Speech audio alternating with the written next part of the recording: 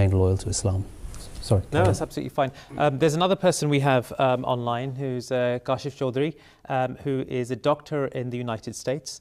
Kashif Sahib, Assalamu alaikum, are you with us? Assalamu alaikum, I am. Jazakallah for having me on Press Point. Great. I spoke to you earlier on and you described some of the persecution that you faced, and you studied in one of the top medical universities within Pakistan.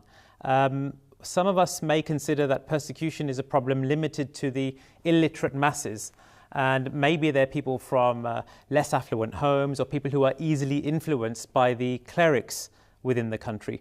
What was your own experience, firsthand, what was your own experience of persecution as a medical student within Pakistan? Sure. Thank you so much for having me, first of all. You see, I always say every Ahmadi Muslim faces persecution in Pakistan, every student. There's no exception to this rule. For some people, this comes in the form of physical abuse.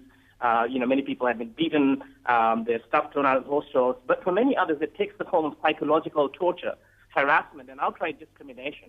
So I went to one of Pakistan's top medical schools, like you said, King Edward Medical University. And so my experience does not involve illiterate mullahs, like you said, and their followers from remote parts of Pakistan, but it rather involves the most educated segment of Pakistan.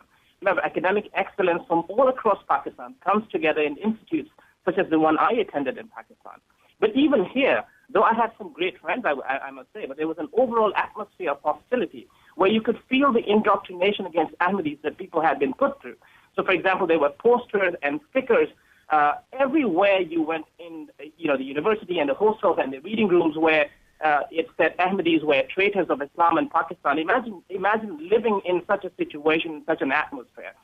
I'll give you just two brief examples of my own. So there was a period of about a few days where me and one of my other Ahmadi friends, who was my classmate, received a threat of our food being poisoned.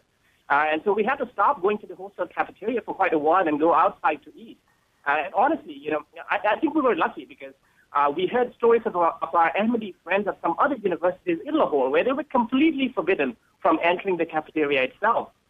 But receiving threats was not something that we were not familiar to as Ahmadis. I'll give you another example of a very educated cousin of mine who is now in the United States as well and a practicing physician here, who once told me that my beliefs made me a kafir.